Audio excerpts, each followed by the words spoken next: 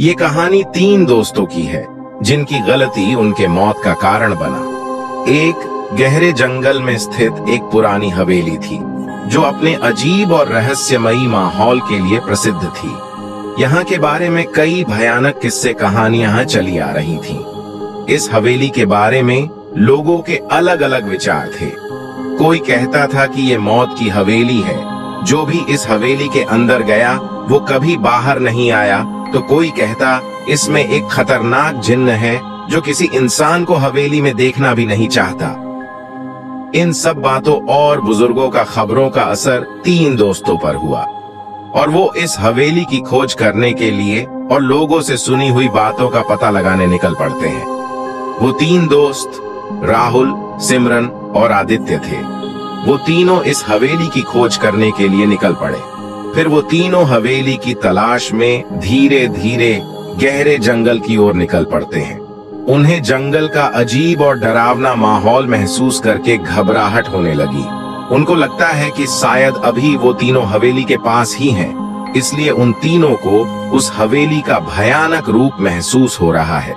ये तीनों थोड़ी दूर चलते ही हैं कि इनके सामने एक शानदार हवेली थी। वो काफी पुरानी लग रही थी। वो सोचे इतनी पुरानी हवेली यहाँ क्यों है? इसको बनाने वाले ने इसको यहाँ क्यों बनाया होगा? रात का समय था और ये तीनों थके हारे थे, तो इन्होंने हवेली के अंदर जाने का फैसला किया कि शायद कोई अंदर होगा और इनको कुछ खाने और आराम के लिए जगह मिल जाएगा।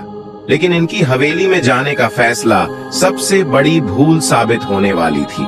जब वे हवेली में प्रवेश करते हैं तब उनको अजीब सी बदबू महकने लगती है। लेकिन ये तीनों थके हुए थे, इनको बस आराम चाहिए था, इसलिए इन्होंने ध्यान नहीं दिया और अंदर चले गए।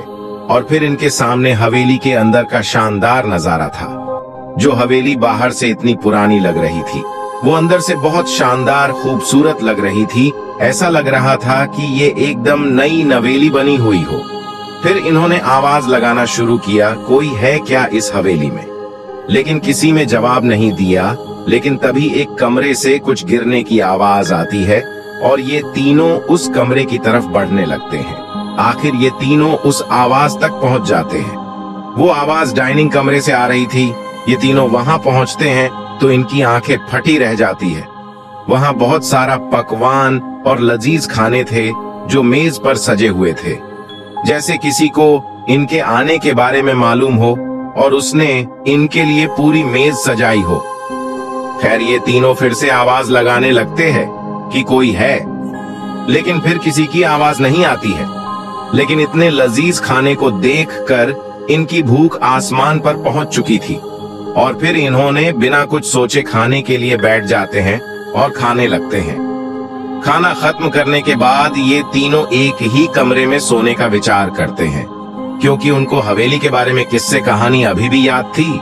लेकिन तीनों के मन में एक ही विचार आ रहा था, आखिर ये हवेली में जिन्न है तो वो हमें महसूस क्यों नहीं हुआ? और वो खाना किसके लिए था? आखिर कौन है इस हवेली का मालिक? और फिर ये सब सोचते और बात करते करते उन तीनों की नींद लग जाती है। लेकिन अब असली जिन्नाती खेल शुरू होने वाला था। करीब 3 बजे राहुल की चादर किसी ने खींच लिया, जिससे राहुल की नींद खुल जाती है और वो उठकर बैठ जाता है तो देखता है उसके सामने कोई लंबा सा आदमी खड़ा हुआ था और उस आदमी ने उससे गरजते हुए पूछा, क्या खाना तुमने खाया था? राहुल डरने कांपने लगता है और देखने की कोशिश करता है कि ये कौन है जिसकी आवाज बादल जैसे गरज रही है। तभी बिजली चमकती है और राहुल को उस आदमी का चेहरा दिखने लगा। वो कोई और नहीं, उस हवेली का जिन्न था जो वापस आ चुका था। उसका लंबा कद, उलझे बाल, खून से लटपट मुंह, खबीज जैसी आंख बदल के गरज जैसी आवाज। राहुल उसको देखकर खौफ खाने लगा और भागने की कोशिश करने लगा, लेकिन वो अपने जगह से हिल नहीं पा रहा था। उस जिन्न ने फिर से पूछा, मेरे मेहमानों का खाना तुम तीनों ने खाया है। आज तक किसी की हिम्मत नहीं हुई कि मेरी हवेली में कदम भी रखने की, लेकिन तुम लोगों की इतनी हिम्मत कि मेरे मेहमानों का खाना खा गए। तभी जिन्न अपने हाथ को इशारा करते हुए आदित्य की ओर ले जाता है और आदित्य की गर्दन दबा देता है। राहुल ये सब देख रहा होता है और आदित्य की गर्दन जिन्न की हाथों में थी। आदित्य की नींद खुलती है, लेकिन वो कुछ नहीं कर पा रहा था। आदित्य मछली की तरह छटपटाने लगता है और खुद को बचाने की कोशिश करने लगता है। तभी राहुल सिमरन को जगाने की कोशिश करता है। तभी जिन्न गरजते हुए कहता है, हाँ, इसको भी सजा मिलेगी, मेरे घर में आने की सजा जरूर मिलेगी। इतना कहते ही जिन्न अपने हाथ से आदित्य की गर्दन तोड़ देता है और आदित्य की आत्मा को निकलते हुए राहुल अपनी आंखों से देखता है। ये देखकर राहुल की आंखों में डर और खौफ एक साथ थी, पर वो बेबस था, कुछ कर नहीं सकता था। तभी जिन्न अपना हाथ सिमरन की तरफ बढ़ाता है तो राहुल जिन्न से सिमरन की जान की भीख मांगने लगता है। तभी सिमरन की नींद खुल जाती है और उसके सामने एक भयानक जिन्न को देखकर वो चीखने लगती है। फिर जिन्न बोलता है, तुम लोगों ने मेरे घर में आने की गलती की है, फिर मेरे मेहमानों का खाना चुराया, अब तुम सब मेरे कमरे में सो गए, इसकी कीमत तुम सब चुकाओगे। इतना कहते ही जिन्न ने राहुल का एक हाथ उखाड़ दिया। इतना खौफनाक मंजर देखकर सिमरन बेहोश हो जाती है। सिमरन को बेहोश होता देखकर जिन्न अपनी शैतानी आवाज में हंसने लगता है और राहुल की तरफ मुड़ता है। राहुल की जान हलक में आ गया था। राहुल फिर से उस जिन्न से अपनी गलती की माफी मांगता है और अपनी जान की भीख मांगता है, लेकिन वो जिन्न बहुत निर्दयी था।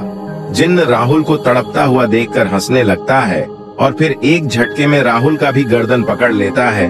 राहुल तड़फड़ाने लगता है और खुद को बचाने की कोशिश करता है और जान की भीख मांगता है, लेकिन उसकी सारी कोशिशें नाकाम हो जाती हैं।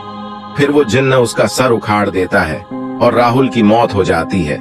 इसके बाद जिन्न अपनी शैतानी आवाज में जोर जोर हंसने लगता है और गायब हो जाता है, जिससे पूरे हवेली में एक सन्नाटा छा जाता है। फिर सुबह सूरज के किरण से सिमरन की नींद खुलती है। वो उठकर बैठती ही है कि उसके सामने आदित्य और राहुल की लाश पड़ी दिखती है। वो इतना भयानक नजारा देखकर बहुत घबरा जाती है। अपने दोस्तों की लाश टुकड़ों में देखकर दहाड़े मारकर रोने लगती है। तभी तेज हवा और बिजली सी गरज के साथ वो जिन्न उसके सामने आ जाता है। सिमरन जिन्न को देखकर भागने की कोशिश करती है, लेकिन वो उठ नहीं पाती है। ऐसा लग रहा था उसके पांव जम गए हो, वो हिल भी नहीं पाती है। तभी जिन्न उससे पूछता है कि ऐसी मौत चाहिए या मेरे साथ शादी करना है। सिमरन घबरा जाती है कि इस जिन्न ने उसके दोस्तों को मार दिया, अब शादी करना चाहता है, लेकिन कोई जिन्न से शादी कैसे कर सकता है। पर उसके सामने उसके दोस्तों का अंजाम था।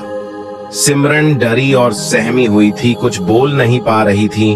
उसको समझ नहीं आ रहा था कि आगे क्या करना है। उसके साथियों को उस जिन्न ने मौत के घाट उतार दिया था।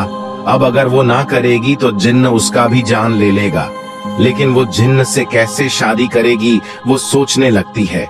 दोस्तों, आगे की कहानी अभी बाकी है। आगे की कहानी जानने के लिए बने रहिए हमारे साथ। वीडियो को लाइक और चैनल को सब्सक्राइब जरूर कीजिए। धन्यवाद।